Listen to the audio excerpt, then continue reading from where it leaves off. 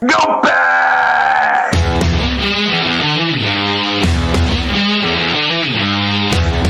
fan club français des New England Patriots partout, toujours, on est là.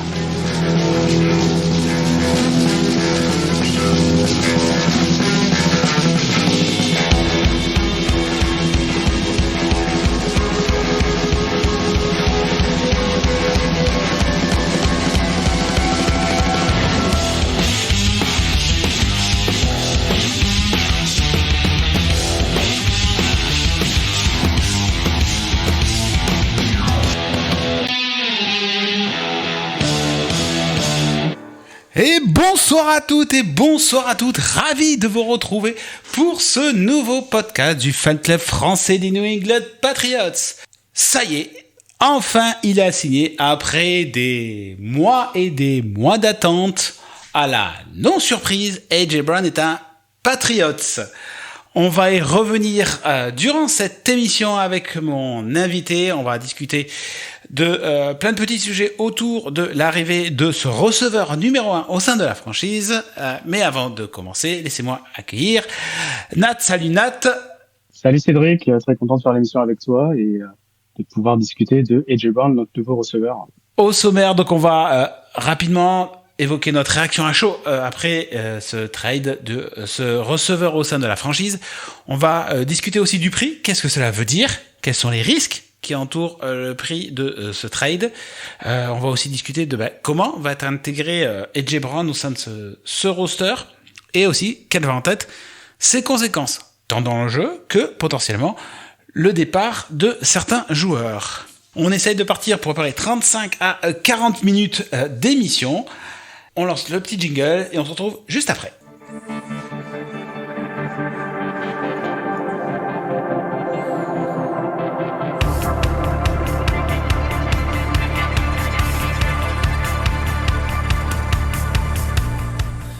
On était hier le 1er juin. On l'attendait forcément cette annonce après les impacts liés au contrat permettant d'étaler la dead cap, sans rentrer plus dans le détail. Et la news est arrivée en début de soirée. AJ Brown est un joueur des New England Patriots. Il a été échangé contre un premier tour 2028 et un 5e tour 2027. J'ai envie de poser tout de suite la question. Nat, ta première réaction à chaud?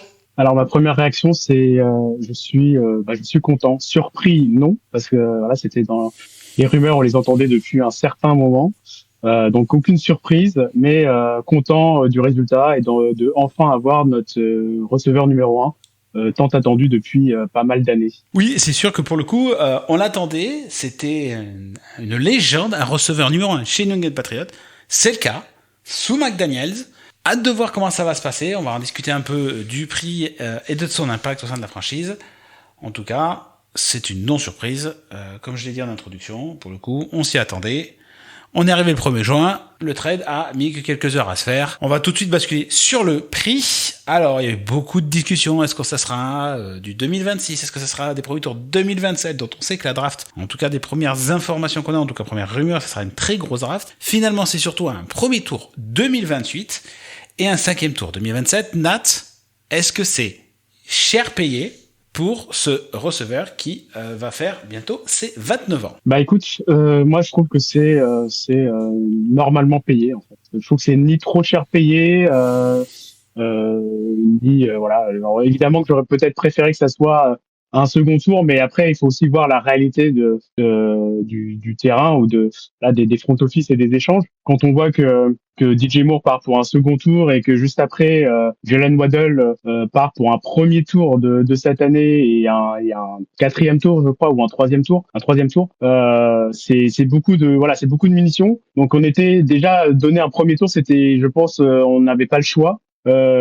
Aller chercher un tour de 2028, je suis déjà plus rassuré entre guillemets parce que on sait que la QV de la draft de l'année prochaine risque d'être très très très bonne. Donc ne pas se séparer des deux premiers tours, des premiers choix de la prochaine draft, je trouve que c'était crucial. Et donc après c'est comme je disais, c'est le prix à payer, c'est-à-dire que je préfère une équipe qui soit agressive et qui se dise on va chercher l'élément qui manque dans notre roster et qui fasse le move plutôt que juste parler lancer et de rien faire derrière. Donc là, en fait, ils ont été agressifs tant que par les mots et aussi par les actes en allant chercher AJ Brown. Oui, si on regarde le marché, c'est un trade qui est cher payé. Après, effectivement, le marché des receveurs aujourd'hui coûte très cher. On le voit effectivement, Waddle, tu en as parlé. Il lâche quand même un premier, un troisième et un quatrième tour.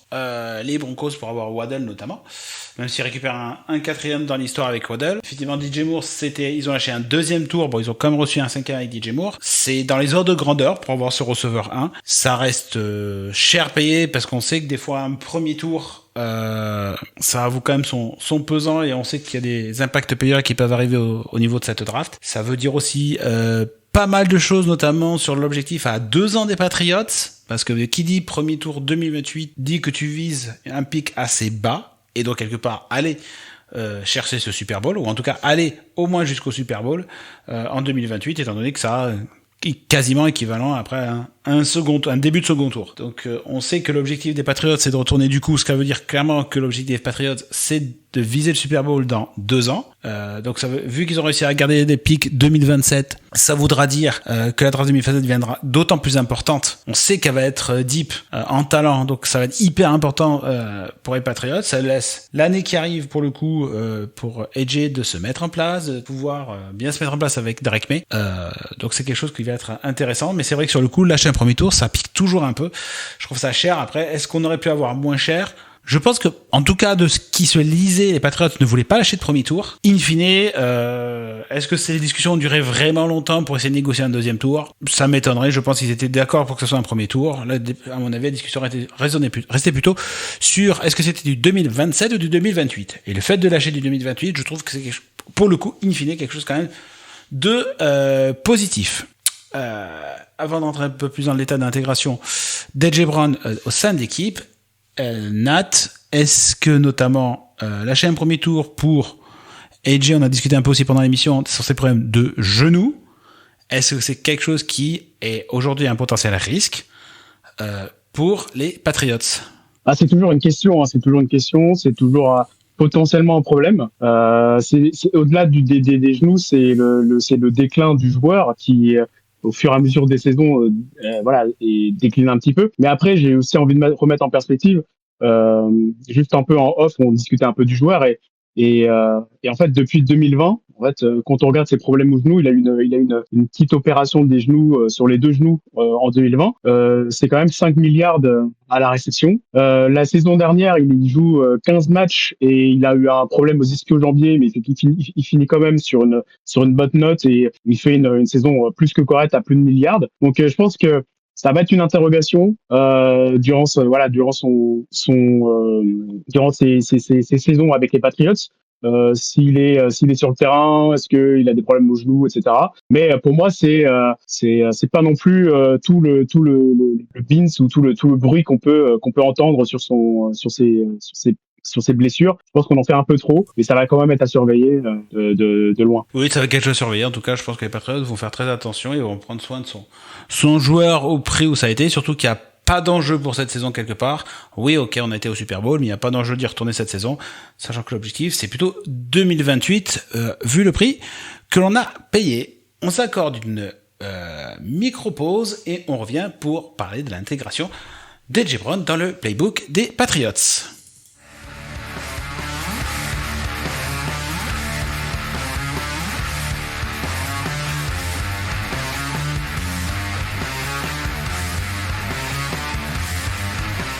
Ça y est, les Patriots ont ce receveur numéro 1 qu'ils espéraient tant pour pouvoir l'associer à Drake May. AJ Brown, tu l'as dit, la saison dernière, c'est 15 matchs, 78 réceptions pour 121 fois ciblées, 1003 yards sur cette saison, avec 7 TD sur la saison dernière.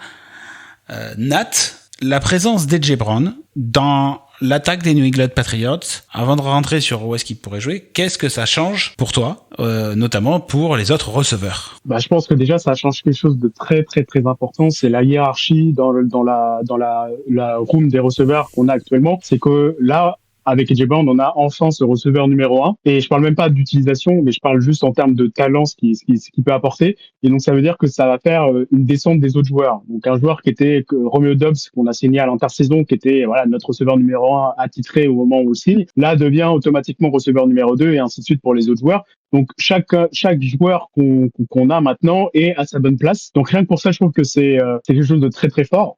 Après, il y a un autre point aussi à souligner, c'est que le grand gagnant dans tout ça, autre que les autres receveurs, autre que AJ Brown, c'est Drake May. Et de ramener un talent pareil en fait pour Drake May, c'est quelque chose d'énorme. Même si on peut constater, je disais tout à l'heure que AJ Brown a fait voilà une petite régression au fur et à mesure et que ça peut il peut potentiellement régresser chez nous. Il faut quand même souligner que l'utilisation de AJ Brown par exemple sur les tracés profonds, c'est la qualité première de Drake May sur la saison dernière, où il était le numéro 1 de toute la ligue sur les tracés de plus de 20 yards. Et on sait que AJ Brown est très très bon aussi dans ce domaine-là. Donc déjà, je trouve que en termes d'allier les deux, d'allier un joueur qui soit dominant, mais en même temps où ses qualités, c'est aussi les tracés profonds, avec un joueur comme Drake May, où c'est sa qualité première aussi. Je trouve que c'est quelque chose de très intéressant sur le papier. Donc moi ça me plaît bien. Et puis c'est pas mal aussi quand tu penses que de toute façon maintenant que t'as un receveur 1, donc les défenses ne peuvent pas être obligées de se focus forcément sur lui.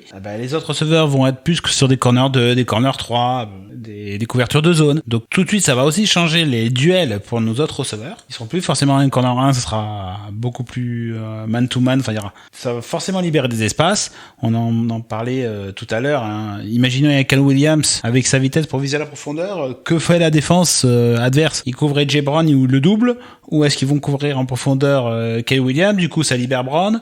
Ou est-ce que tu peux aller chercher un Cal Williams en profondeur aussi par sa vitesse? Là, pour le coup, ça va vraiment forcément libérer des espaces pour les autres receveurs. Ça va aussi libérer des espaces pour Dobbs, qui est un des meilleurs receveurs 2 de cette ligue. Donc, en tout cas, qui a montré qu'il peut être performant. Donc là, d'autant plus avec un vrai receveur 1, ça va forcément libérer des espaces. Des Mario Douglas, qui, rappelons-le, est dans sa dernière année de contrat, va avoir beaucoup à jouer cette saison. Déjà au niveau du camp. Et s'il fait le camp, qu'il réussit, il va falloir aussi qu'il le démontre cette saison, notamment dans le slot, où aujourd'hui c'est sa place. Alors est-ce que Dove va pouvoir glisser en slot et que lui va se retrouver plus sur un côté? Peut-être. Il y aura peut-être une alternance, vous savez là, mais en tout cas une chose est sûre, ils seront pas face à un corner 1, étant donné qu'il y aura AJ Brown sur le terrain. Donc là clairement ça va ouvrir des espaces pour la réception, et aussi, on en parle peut-être un peu moins parce qu'on parle beaucoup des receveurs, mais pour le jeu au sol. Parce que le jeu au sol, mine de rien, que ça soit Trevion Anderson, peut-être qu'il va être beaucoup plus impliqué aussi à la réception à la passe. Gillian qui commence à montrer des signes aussi, hein, quand on a vu les premières OTs, qui pouvait recevoir des ballons. Donc du coup, on va se retrouver aussi avec ce petit jeu de passe courte, qu'aime bien McDaniels. Ça va aussi libérer des espaces de ce coin-là. Et puis forcément, directement le jeu au sol, parce que quand t'es obligé de couvrir quoi qu'il arrive, AJ Brown, donc il attire du monde. Tu l'amènes, il suffit que tu le fasses faire des courses intérieures, des courses rentrantes et tout, ça va forcément attirer du monde dans linebacker, des choses comme ça, donc ça va ouvrir des espaces. Donc ça va être hyper intéressant. Ça va changer beaucoup de choses. Avoir un receveur dans son équipe, ça, forcément, ça oblige les défenses adverses à t'adapter aussi au receveur 1, parce que tu peux pas le laisser tout seul, sinon, forcément, c'est la porte ouverte à de nombreux yards. Donc pour le coup, je sais pas ce que t'en penses, Nat, mais ça va changer beaucoup de choses dans tous les styles de cette attaque des Patriots. Oui. Ça va être un recevoir. Complètement. Et pour ajouter un élément, c'est aussi son utilisation sur le terrain. C'est-à-dire que quand on regarde en termes de usage sur le terrain l'année dernière chez les Eagles, AJ Brown, il est principalement utilisé en tant que ex-boundary receiver. Donc receveur extérieur détaché, alors qu'on sait très bien que chez les Patriots, c'est McDaniel, comme il aime utiliser les receveurs, il va le faire jouer sur toute la formation. Donc tout à l'heure quand je parlais de régression, je pense que un des points de régression aussi, c'est par rapport à son utilisation. Et là, le fait qu'il peut être utilisé absolument partout sur la formation, il peut être utilisé en tant que slot, il peut bouger, il peut aller en Z, etc. et tout. Je pense que ça peut aussi, on peut voir en fait un nouvel aspect de AJ Brown qu'on n'a pas vu avant en fait. Et ça c'est un élément aussi à souligner parce que on sait très bien que McDaniel c'est probablement un des meilleurs offensive coordinateurs et que mettre en valeur ces joueurs stars, il sait le faire. On a vu en 2022 avec Davante Adams qui fait une super saison quand Josh McDaniel est là. Pareil, quand sa première saison en tant qu'offensive coordinateur chez nous en 2011 ou 2012 avec Wes Welker, où Wes Welker fait une excellente saison aussi. Donc utiliser ces receveurs alpha, receveurs numéro 1 des meilleures manières pour les faire briller, il pourra le faire. Et comme tu le disais, juste pour ajouter un dernier élément, c'est que notre attaque devient beaucoup plus complète et dangereuse, et donc ça veut dire que les défenses adverses vont devoir elles vont avoir peur en fait d'un élément de notre. Et c'est avant, on pouvait pas dire ça. Avant, je pense que vous pouvez, c'était bon. Alors, on peut double team ce joueur-là. Ils avaient même pas besoin de double team. Mais c'était beaucoup plus simple de défendre nos attaques d'avant. Même, je veux dire, même la saison dernière. C'est-à-dire que on avait Stephen Diggs, mais je pense pas que Stephen Diggs chez les DC adverses c'était la menace qu'il était avant. Et faut être honnête. Là, avec AJ Brown, je pense qu'on a vraiment ce côté beaucoup plus dangereux et une attaque du coup beaucoup plus complète, même avec les ajouts qu'on a eu sur que ce soit Reggie Gilliam, sur la O-line et tout ça. Et on va avoir une attaque beaucoup plus complète et beaucoup plus dangereuse où en fait ça va pouvoir libérer. En fait, on va avoir un McDaniel qui va beaucoup plus être créatif sur ses appels de jeu, je pense, parce qu'en fait on va pouvoir faire beaucoup plus de choses. Et ça, c'est ce que tout joueur NFL rêve, c'est ce que tout offensive coordinateur rêve, c'est de pouvoir en fait faire ce qu'il veut avec son attaque. Et puis tu auras peut-être moins de pression aussi sur Drake May, parce que ils n'auront pas besoin les équipes adverses ne pourront pas allouer un DB en plus dans le rush, ou s'ils le font, pour le coup Drake May doit absolument sanctionner et trouver le receveur démarqué rapidement pour pouvoir sanctionner quand ils font une presse avec un DB supplémentaire. Ça par contre c'est quelque chose que là où ça va être, on parle effectivement d'ouvrir des jeux, McDaniel va pouvoir se régaler. Drake May maintenant va avoir la pression. C'est-à-dire que là, ok, il a fait une super saison dernière, il a fait des playoffs vraiment mi-figue mi-raisin, où il est vraiment attendu au tournant aussi, parce que les playoffs c'était plus compliqué, pour plein de raisons. Là, clairement, il a un receveur 1, commence à avoir un corps de receveur maintenant qui change beaucoup quelque part, même s'il y a des mêmes joueurs que la saison dernière, on pense à Douglas, on pense à Kyle Williams qui rentre dans sa deuxième saison, etc.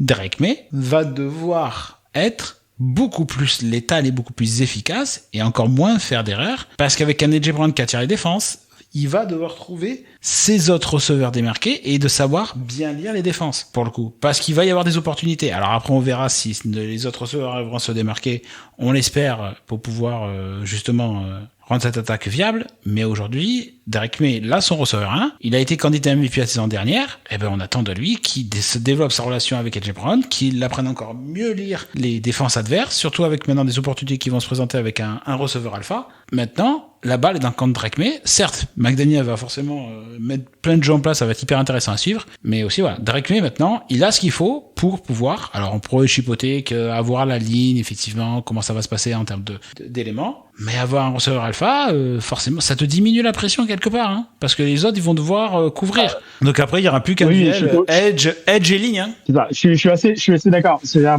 on a pu voir Josh Allen, la transformation de Josh Allen quand il a eu Stephen Diggs, quand ils ont fait le trade, ça a complètement transformé l'attaque, et on a vu un Josh Allen beaucoup plus agressif, beaucoup plus décisif dans sa manière de jouer, et il y a eu un niveau dans son jeu qui s'est élevé. Après, moi, je suis, on va dire, un peu plus mesuré dans le sens où la progression, surtout chez les quarterbacks, c'est pas linéaire, et il peut y avoir quelques régressions. Il peut aussi, voilà, genre s'il n'est pas top 2 au vote MVP, et que l'année prochaine on n'est pas, finaliste au Super Bowl, on n'est pas finaliste au Super Bowl, genre je m'en remettrai. Moi, tout ce que je veux, je veux voir un Drake May qui soit sûr de lui, en fait. C'est-à-dire qu'il soit sûr du playbook, qu'il soit sûr de ses jeux, et qu'il fasse pas les erreurs bêtes qu'on a pu voir sur les saisons précédentes. Mais ça, je pense qu'il est capable. Après, si statistiquement c'est moins clinquant que la saison dernière, je m'en remettrai.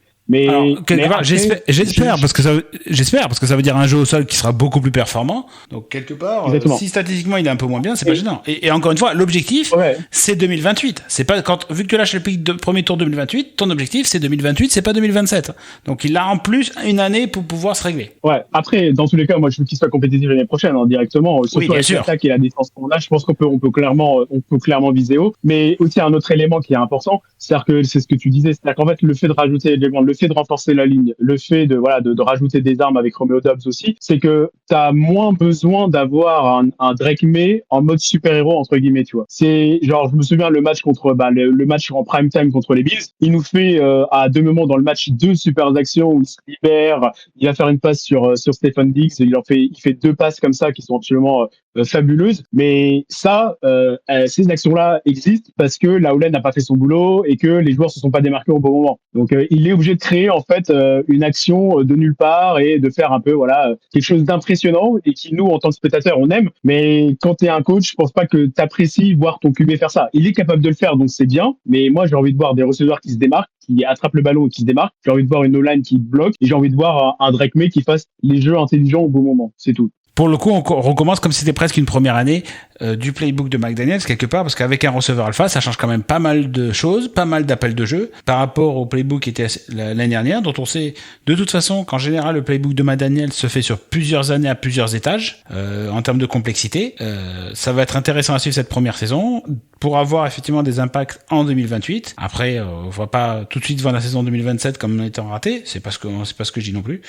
Donc ça va être curieux de voir de tout ce qui est en place. Et puis il faut pas oublier peut-être qu'il y aura des révélations. Et Caleb Williams aussi, par exemple, est-ce que du coup ça va être la révélation aussi la saison prochaine, deuxième année, s'adapter au plan de jeu McDaniels, s'adapter à la NFL. Est-ce que ça va être aussi pas lui le grand gagnant de toute cette histoire en tant que receveur quelque part numéro 3, libéré avec toute sa vitesse, etc. C'est tout à fait possible. Donc ça va être hyper intéressant à suivre. Et on va passer à la dernière partie. On a parlé de Caleb Williams, on a parlé de Douglas. C'est vrai qu'on n'a pas parlé des tight ends spécifiquement, mais aujourd'hui il y a un joueur qu'on n'a pas encore évoqué, Nat, qui est malheureusement la conséquence directe de l'arrivée d'A.J. Brown, c'est Kayshon Boutte. Kayshon Boutte, qui, on va pas se le cacher, est surtout avec l'arrivée d'A.J. Brown sur la liste des départs. Nat, pour toi, Kayshon Boutte, c'est un départ quasi assuré des Patriots cette saison? Et si oui, est-ce que c'est avant les camps? Alors, on va voir déjà avec les mandatory minicamp la semaine prochaine s'il fait un hold-out et qu'il ne vient pas. Alors là, je pense que ça sera acté, il sera parti avant le training camp. Sinon, faudra attendre le training camp. Mais s'il fallait miser là aujourd'hui, je pense que Boutte, il sera plus partie de l'équipe. Non pas parce que c'est une persona non grata et qu'il serait pas mal intégré dans notre roster, mais pas du tout. C'est un joueur qui a montré de magnifiques choses la saison dernière. Les coachs ont fait que de parler en bien de lui, de son progrès, que ça soit dans les salles de meeting et sur le terrain. C'est juste qu'en fait, ça devient un peu redondant avec le cas de A.J. Brown. En fait, c'est même si on sait que, comme je le disais tout à l'heure, A.J. Brown il va être utilisé partout sur la formation, c'est principalement un boundary receiver et A.J. Brown c'est un peu la même chose aussi. Et je veux dire, et Kayshon Boutte c'est un peu la même chose. Et du coup, je pense qu'il va partir. Après, je pense que là, le fait qu'il soit pas encore parti, c'est la contrepartie. De ce qu'on a pu voir et lire, c'est les équipes NFL seraient intéressées de l'échanger pour un 5e ou un 6e tour. Et je peux comprendre que les Patriots soient réticents de l'échanger pour aussi peu, alors que c'est un joueur qui a 24 ans, qui est encore jeune, qui a encore, je pense, des leviers de progression à son actif. Il n'est pas du tout max out. Donc, je pense vraiment que c'est un joueur prometteur et pour la bonne contrepartie, il sera parti. Et je j'irai pas jusqu'à un second tour parce que c'est trop haut, mais peut-être un 3e, un 4e tour. Attends, c'est sa dernière année de contrat, donc forcément le prix est beaucoup plus à la baisse. En plus, ouais. Donc ça, malheureusement, on n'aura pas. Je pense que ça ira pas au-delà du 4e tour, ça c'est sûr. Vu le prix qui baisse avec sa dernière année de contrat. Et je vais poser la dernière question parce qu'on va arriver doucement à la fin de nos 30 minutes d'émission. Kayshon Boutte qui part. Il part chez qui et contre quoi? Allez, si tu veux me permettre, je vais commencer. Aujourd'hui, allez, peut-être, je vais pas dire le plus gros poisson, mais là, peut-être une des rumeurs qui collerait assez bien. Est-ce que ça partirait aux Giants contre Kayshon Thibodeaux? Moi, pour le coup, je le prends tous les jours. C'est-à-dire que Edge, on sait que ça reste un besoin. On a pu lire que, par exemple, Gabe Yakas, notre rookie, ne s'est toujours pas entraîné. Donc, on ne sait pas si c'est des questions de contrat qui n'ont pas été encore signés ou si c'est une blessure qui traîne. Donc, même aussi avec le cas de Harold Landry qui revient de blessure tout doucement. Donc, ça reste une position à ça reste une position quand même de besoin. Kevin Thibodeau, c'était un haut choix de draft qui n'a pas été aussi fort qu'on l'attendait, mais qui reste très correct pour ce qu'il fait et jeune aussi. Je crois qu'il a 25 ans, un truc comme ça, donc il est encore très jeune. Donc si on fait un swap de Boutte pour Thibodeau, je pense qu'on est gagnant-gagnant et moi ça me dérangerait pas. Sinon, tu l'enverrais où, toi, Boutte? Moi je l'enverrais chez les Chiefs. Parce que voilà, quand on regarde les cibles pour Patrick Mahomes qui revient d'une grosse blessure au genou, c'est assez compliqué. Et surtout que il a Rashee Rice qui ne débutera, qui sera pas là en début de saison pour des problèmes judiciaires. Et après, on connaît bien ici, on a Tyquan Thornton en receveur, donc compliqué. Jalen Royals qui a fait une saison blanche l'année dernière. Et après ils ont pas Xavier Worthy évidemment, mais je veux dire ils ont pas de joueur qui fait vraiment la différence. Je dis pas que Keishon Boutte c'est vraiment le joueur qui fait la différence, mais c'est un bon joueur de football et dans une équipe qui eux ont un besoin criant à ce poste, ça leur ferait pas de mal. Et je dirais un Keishon Boutte pour un 4e tour qu'on envoie chez les Chiefs. Je serais content. Oui, pour le coup, je pense que ça ferait du bien aux Chiefs. Et puis, il est dans sa dernière année de contrat. Si ça marche bien avec Mahomes, et derrière, il peut se récupérer un super contrat aux Chiefs, surtout quand ils n'ont pas vraiment de receiver room du côté de Kansas. Après, il y en a d'autres. On pourrait évoquer les Cardinals. Je pense que du côté d'Atlanta aussi, peut-être, il y a certains sujets côté receveur. Il y a des opportunités. Maintenant, est-ce que le dossier Keishon Boutte est attractif? Qu'est-ce qui fait que, on va voir si effectivement, s'il y avait déjà des négociations sur la table, parce que, ou si vraiment les négociations commencent que maintenant. J'ai du mal à le croire, parce qu'on savait très bien que Keishon Boutte, AJ Brown allait arriver aux Pats. Donc ça va être intéressant de suivre Keishon Boutte. On va voir effectivement sur les camps obligatoires de la semaine prochaine, s'il sera là. Ou s'il n'est pas là, est-ce que c'est qu'il est en instance de trade? Parce que du coup, s'il n'est pas là, il va prendre des pénalités aussi. Donc ça va être intéressant de suivre ce dossier. Pour le coup, parce qu'effectivement, c'est le même profil et que même s'il progresse énormément, tu peux pas doubler difficile de doubler ce poste-là. Ou alors, s'il reste, est-ce qu'il y aura un autre départ pour compenser? Parce que sinon, après, la classe des receveurs va commencer à être un peu garnie. On arrive à la fin de ces 30 minutes. Nat, est-ce que tu veux nous rajouter un petit mot sur l'arrivée d'AJ Brown ou on peut conclure l'émission? Non, je pense qu'on peut conclure l'émission et puis si on fait une nouvelle émission durant cette off-season, je pense que ça sera pour parler du cas Christian Gonzalez potentiellement, qui lui aussi est en attente de signature de contrat, d'extension de contrat. Donc je pense que ça sera là. Mais sinon, sur AJ Brown, je pense qu'on a été assez clair et on a dit tout ce qu'il fallait dire, donc voilà.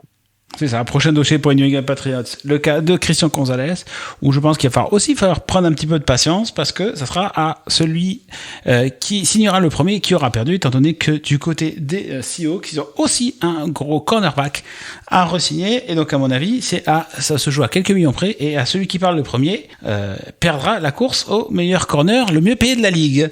Donc peut-être qu'il faudra faire preuve d'un petit peu de patience avant de revoir Gonzo s'entraîner du côté de Foxborough. En tout cas, merci Nat de m'avoir accompagné pour cette petite émission autour de l'arrivée d'AJ Brown au sein de New England Patriots. Avec grand plaisir, toujours, comme toujours. Et puis écoutez, moi je vous souhaite une bonne journée, une bonne soirée, ça dépend quand est-ce que vous écoutez ce podcast.